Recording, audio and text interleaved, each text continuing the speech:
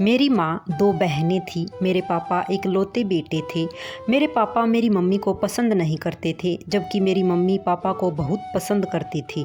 माँ की शादी के बाद नाना नानी की मृत्यु हो गई थी और मेरी मौसी बिल्कुल अकेली रह गई थी। वह जैसे लगता था पागल हो गई है। किसी से नहीं मिलती थी, हमेशा अकेला रहना पसंद करती थी। किसी से ज़्यादा बात भी नहीं करती थी। मम्मी अक्सर मौसी से मिलकर आती, लेकिन वह कभी हमारे घर नहीं आई। पापा माँ को बहुत पसंद नहीं करते थे, तभी वह हमेशा माँ पर बहुत जुल्म किया करते थे। उनसे मारपीट भी किया करते थे। लेकिन मेरे जन्म के बाद पापा कुछ अच्छे हो गए थे। पापा मम्मी से प्यार से बात करते थे।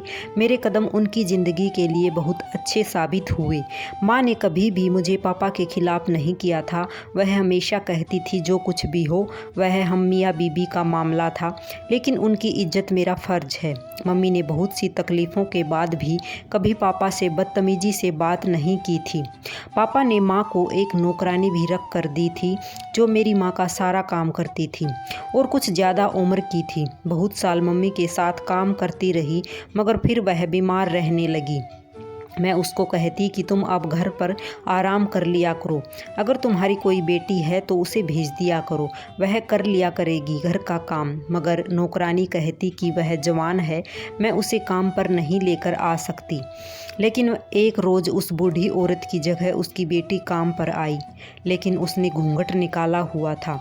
मैंने बोला कि तुम घूंघट उठा सकती हो, यहाँ कोई नहीं होता, लेकिन हमेशा कहती कि मैं घूंघट में ही रहती हूँ। नौकरानी हमारे घर का काम करने लगी। पापा के सारे काम भी वही करती थी। उसकी आवाज़ बहुत खूबसूरत थी और बहुत गोरी चिट्टी नौकरानी थी, पर माँ उस पर अंधा भरोसा करती थी। मेरे पापा भी नौकरानी के साथ काफ़ी हंसी मजाक करते। मुझे पापा का यह रवैया बिल्कुल पसंद नहीं आता।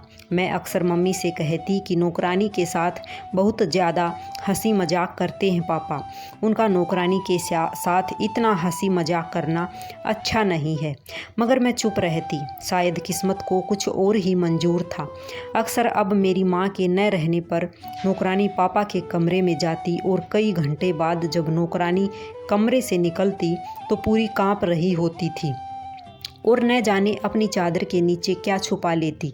एक रोज़ मैं नौकरानी के पापा के कमरे में जाते हुए खुद भी उनके पीछे चल पड़ी, लेकिन मेरी हैरत की इम्तिहान आ रही जब मैंने दरवाज़ा को धक्का लगाया तो अंदर से दरवाज़ा बंद था। पापा के कमरे की खिड़कियां बहुत ऊपर थी, जो मेरी पहुंच से दूर थी। तभी मैं अंदर का मंजर नहीं देख सकी, मगर अंदर से अजीबोगरीब आवाज़ आने पर मेरा शक ज़्यादा बढ़ने लगा। अंदर से कुछ कागजात हिलने की आवाज़ आ रही थी। एक रोज़ शाम के टाइम माँ जब बाहर से लौटी तो काफ़ी परेशान थी। सुबह तो मम्मी बिल्कुल ठीक थी। आखिर ऐसा क्या हुआ है? ऐसे क्यों रो रही हो? क्या हुआ माँ, बताओ ना प्लीज़। लेकिन मेरी बात पर भी वह चुप से आंसू साफ करने लगी, लेकिन बोली कुछ नहीं और किचन में जाकर नाश्ता तैयार करने लगी। मुझे काफ़ी हैरत हुई, क्योंकि नाश्ता हमेशा नौकरानी बनाया करती। आज माँ को न जाने क्या हो गया था। मैंने मम्मी से बोला कि नौकरानी का इंतज़ार कर लो, वह आने ही वाली होगी। लेकिन मम्मी ने गुस्से में बोला कि उसे वही काम करने दो, वही उस पर जचता है। यह घर के काम उसके बस की बात नहीं है। माँ की बात मेरे पल्ले ना पड़ी, मगर मैं हैरान थी। माँ को देखने लगी। इतनी ही देर में पापा आ गए और माँ को नाश्ता बनाते हुए देखने लगे। पापा काफ़ी गुस्से में थे। पापा झगड़ने लगे और बोले कि रात भर तुमने क्या तमाशा लगा रखा था, आखिर तुम चाहती क्या हो? मगर माँ मुस्कुराने लगी और बोली कि मुझे बहुत पहले अंदाज़ा होना चाहिए था आप क्या चाहते हैं।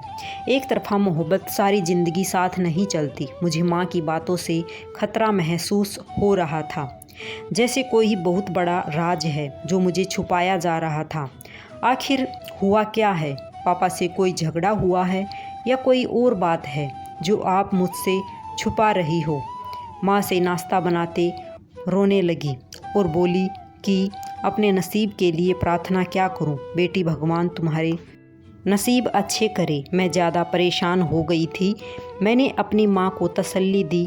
थोड़ी देर बीती थी कि नौकरानी आ गई और बोली, मालकिन आपने नाश्ता क्यों बनाया? मैं आ रही थी। मगर माँ ने कोई जवाब नहीं दिया और मुझसे बोली कि उससे कह दो आज के बाद मेरा कोई काम नहीं करेगी। अपने मालिक से पूछ लो, अगर उनका काम करना है तो कर ले, वरना जाना चाहती है तो जा सकती है। नौकरानी माँ के पास आई और बोली, क्या हुआ मालकिन, कोई गलती हो गई? माँ ने नफरत भरी आंखों से नौकरानी को देखा और बोली, मुझसे सवाल जवाब करने की वाली तुम कौन होती हो? मैं तुम्हें जवाब देने की ज़रूरत नहीं समझती हूँ। अच्छा है मेरी नज़रों से दूर हो जाओ। अब तो मैं जान गई थी कि कोई बात तो है, और बात भी नौकरानी को लेकर थी। माँ कमरे में गई तो मैं माँ के पीछे चल पड़ी। माँ से पूछा, माँ नौकरानी ने कुछ कहा या कोई बात हुई है तो मुझे बता दीजिए। मगर माँ ने कहा, जब सिक्का अपना ही खोटा हो तो किसी और को क्या कहना। मैंने माँ को उनके हाल पर छोड़ दिया और अपने कमरे में आ गई। सारा दिन बीत गया। नौकरानी सारा दिन काफ़ी बेचैन थी, बार बार नज़र पापा के कमरे की तरफ डाल रही थी। माँ जब के अलग कमरे में थी तभी मुझे नौकरानी पर शक होने लगा। दोपहर के टाइम नौकरानी कमरे में गई तो मैं भी शक के मारे नौकरानी के पीछे चल पड़ी। आज शायद वह दरवाज़ा बंद करना भूल गई थी। मैंने हल्का सा दरवाज़ा खोला तो सामने का मंजर देखकर मैं दंग रह गई। जो औरत माँ के सामने भी अपना चेहरा नहीं दिखाती, उसने कैसे पापा के सामने अपना चेहरा खुला छोड़ा हुआ था, और वह बराबर पापा की टांगें दबा रही थी। मुझे यह सब कुछ अच्छा नहीं लग रहा था। मैंने सारा दिन सोच में बिता दिया। मैं नौकरानी पर नज़र रखने लगी थी। जब नौकरानी गई तो मैं भी अपने कमरे में आ गई, मगर मैं सारी रात सो ना सकी। मुझे नौकरानी से नफ़रत महसूस होने लगी थी। अब तो मैं कुछ भी करके उसका चेहरा देखना चाहती थी। आखिर वह चाहती क्या है? कुछ दिन बीत गए, बराबर ऐसा ही चलता रहा। माँ पापा से नाराज़ रहने लगी और नौकरानी रोज़ाना पापा के कमरे में जाती और कई घंटे बाद बाहर निकलती। एक रोज़ मैंने नौकरानी से पूछा कि तुम अपना चेहरा क्यों नहीं दिखाती? हम तो औरतें हैं, हमसे क्यों छुपाना? मगर उसने यह कहकर टाल दिया कि मेरे चेहरे पर दाग धब्बे हैं, मुझे शर्मिंदगी महसूस होती है, इसलिए मैं अपना चेहरा छुपा कर रखती हूँ। लेकिन यह आवाज़ मुझे सुनी सुनी सी लग रही थी। मुझे शक सा महसूस हुआ, लेकिन मैं चुप रही क्योंकि मेरे पास कोई सबूत नहीं था। पापा की लापरवाही की वजह से मम्मी बीमार रहने लगी थी। जवानी में ही माँ को न जाने कौन कौन सी बीमारियाँ लग गई थी। माँ के चेहरे के रंग बदल गए थे। उनका चेहरा बिल्कुल पीला हो गया था। उनके चेहरे उनके बदले नसीब की कहानी सुनाता था। आंखों के काले दाग धब्बे पड़ गए थे। माँ बीमार होती तो पापा पूछते तक नहीं थे। एक रोज़ माँ को बहुत ज़्यादा बुखार हुआ, मगर पापा घर में नहीं थे। मैं माँ के लिए कुछ खाने के लिए बनाने किचन में चली गई। आधे घंटे बाद जब वापस आई तो मेरे सर पर आसमान टूट पड़ा। जब मैंने माँ को मुर्दा हालत में देखा, मेरे हाथ से खाने की ट्रे ज़मीन पर गिर गई। माँ की यह हालत देखकर रो पड़ी, मगर जाने वाले कहाँ वापस आते हैं। कुछ देर में ही घर में कोहराम मच गया था। मैं माँ की चारपाई से लिपटी फूट फूट कर रो रही थी। लेकिन जिस इंसान के साथ सारी ज़िंदगी बिताई थी, उस इंसान की आंखों में एक भी आंसू नहीं था। मुझे उस टाइम कोई होश नहीं था, मगर मैं पापा से बहुत से सवाल करना चाहती थी। नौकरानी एक कोने में खड़ी न जाने क्या कर रही थी। पूरा घर मेहमानों से भरा हुआ था। माँ का अंतिम संस्कार हो गया। मेरे पापा ने एक बार मुझसे अपने सीने से नहीं लगाया था। घर में अब मैं, पापा और नौकरानी होती थी। मैं अपने काम खुद करती थी और नौकरानी पापा और बाकी घर के काम में ज़्यादा पापा से भी बात ना करती थी। मैं नौकरानी की चाल ढाल अब कुछ बदल गई थी। मुझे हैरत होती है कि पहली वाली औरत क्यों नहीं लगती। मुझे उस नौकरानी पर काफ़ी बार शक हुआ था। अब अक्सर पापा की गैर मौजूदगी में नौकरानी से कोई वकील मिलने आता, जिसने काले रंग का कोट पहना होता था। उसके हाथ में बहुत सी फाइलें होती थी। मुझे नौकरानी पर बहुत हैरत हुई, मगर मैं अपने गम से अभी तक बाहर नहीं आई थी। माँ को मरे अभी 1 महीना भी नहीं हुआ था। मुझे एक और सदमा दे दिया था पापा ने छुप कर घर की नौकरानी से शादी कर ली थी। वह हर टाइम अपना मुंह छुपाए रखती थी। नौकरानी ने अभी भी खुद पर से अपना घूंघट नहीं उतारा था। नौकरानी मेरे साथ बहुत अच्छा व्यवहार रखती थी, मेरे सारे काम ज़बरदस्ती करती और मुझे हमेशा कहती कि मैं तुम्हारी माँ की जगह पर हूँ, मुझे अपनी माँ जैसा समझो। यह समझ लो शादी मेरी मजबूरी थी, वरना तुम्हें माँ का प्यार कभी ना मिलता। मुझे नौकरानी की बात पर हैरत होती। पापा का नाम लेकर मुझे बहुत से काम करवा लेती और रोज़ाना एक कागज़ पर मुझसे सिग्नेचर करवाती, लेकिन मुझे सख्ती से मना करती कि किसी को ना बताना, कागज़ पर न जाने क्या लिखा होता था।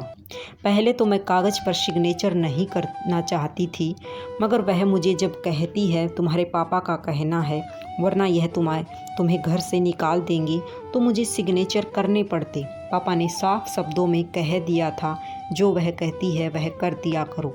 उसके साथ बहस की तो मुझसे बुरा कोई नहीं होगा। मैं तो अपने पापा की ऐसी बात पर हैरान थी कि कोई इतना खुदगर्ज कैसे हो सकता है, जैसे किसी गैर के सामने अपनी औलाद भी नज़र ना आए।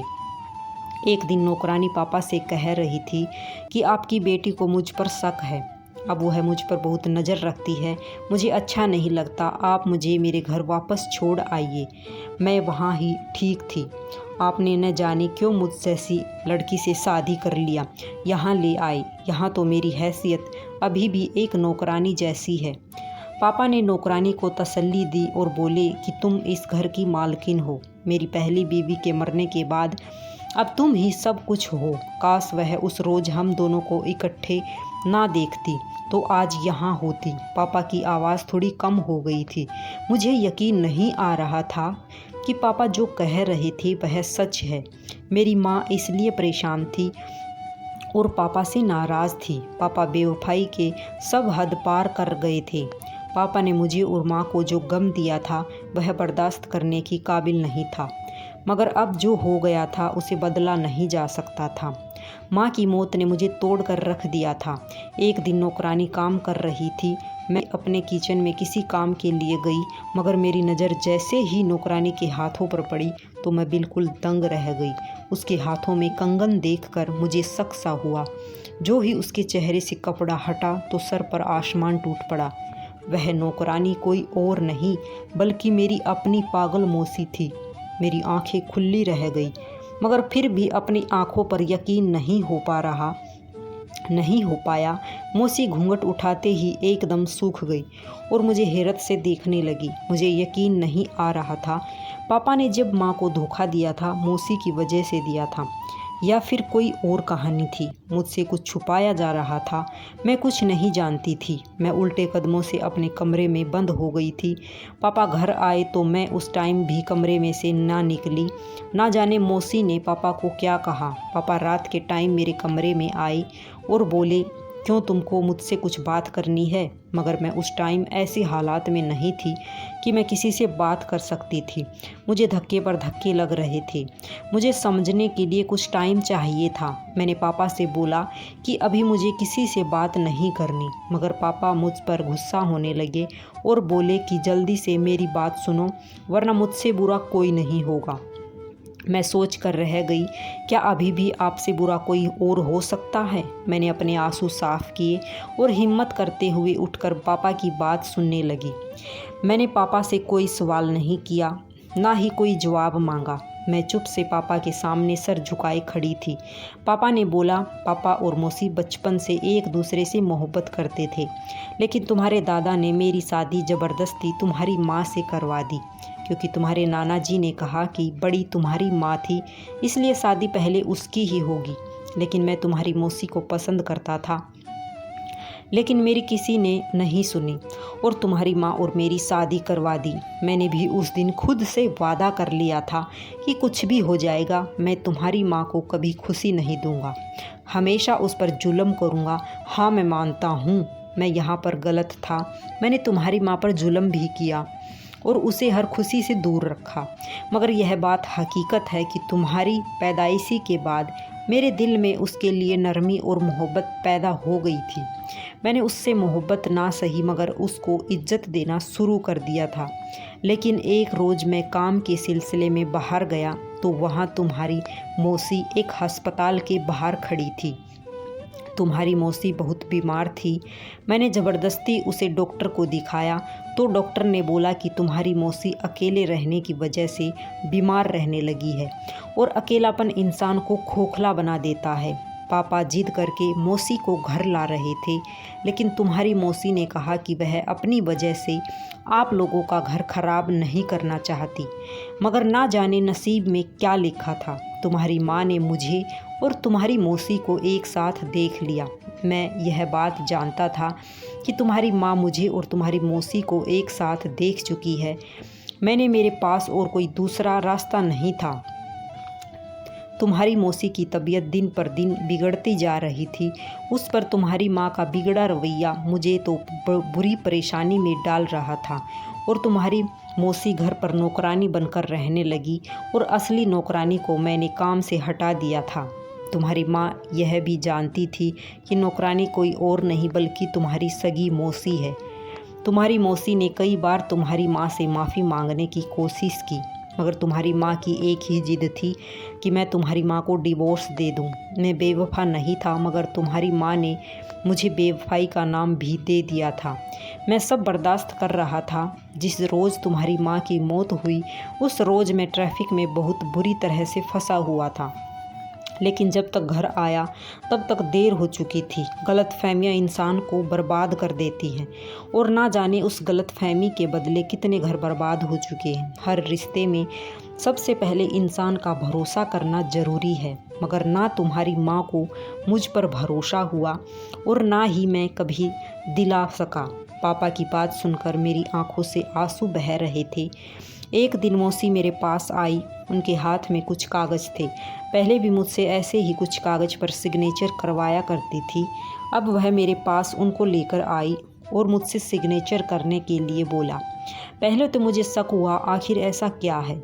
मैंने उससे पूछा कि यह कागजात किस चीज़ के हैं, तो मुझसे नज़र चुराने लगी और जैसे मुझसे कुछ छिपा रही थी। मैंने मौसी से फिर से सवाल दोहराया कि मौसी यह कागजात किस चीज़ के हैं, तो मौसी बोली, इस बात का तुम्हारे पापा को बिल्कुल भी पता ना हो।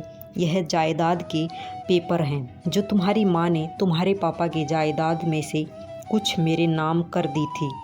जब तुम्हारे पापा ने बहुत सी जायदाद तुम्हारी माँ के नाम करी तो मेरी हिफाजत के लिए तुम्हारी माँ ने उसमें से कुछ जायदाद मेरे नाम कर दी थी, मगर अब मुझे उस सब की ज़रूरत नहीं है। मैं तुम्हारी अमानत तुम्हें वापस लौटाना चाहती हूँ। मुझे यह सब नहीं चाहिए। मुझे जो चाहिए था वह भगवान ने मेरी झोली में बिन मांगे ही डाल दिया है। एक प्यारी सी बेटी भगवान ने मुझे किसके बदले दी है। यह बात तुम्हारे पापा को कभी पता न चले। वह जो तुम्हारे माँ के लिए उनके दिल में इज्जत और मोहब्बत थी और भरोसा था, वह सब ख़त्म हो जाएगा और उनका भरोसा न सिर्फ तुम्हारी माँ पर से बल्कि मुझसे और दुनिया की सारी औरतों पर से उठ जाएगा। मैं मौसी को जितना बुरा समझती थी, मौसी इतनी बुरी नहीं थी, मगर मेरी आंखें भगवान ने जल्दी खोल दी और मैं किसी के साथ बुरा करती उससे पहले ही सच्चाई सामने आ गई। काश यह सच्चाई माँ के सामने भी आ जाती तो शायद आज मेरे साथ होती। हमारी ज़िंदगी में दो चीज़ हमें बर्बाद कर देती हैं। मौसी में मैं अपनी माँ को देखती थी, मौसी भी मेरा ख्याल रखती थी। उन्होंने कभी औलाद की ख्वाहिश भी नहीं की थी। वह हमेशा एक ही बात कहती थी, मुझे भगवान ने एक बेटी दी है, मुझे और क्या चाहिए। मेरी माँ अपनी गलतफहमी की वजह से जान को गंवा बैठी। हमें अपनी गलतफहमियों को बातों के द्वारा सुलझा लेना चाहिए, नहीं तो अंजाम बहुत बुरा होता है। अगर कहानी पसंद आई हो तो चैनल को सब्सक्राइब अवश्य करें। सभी को राधे राधे, सभी को जय श्री कृष्णा।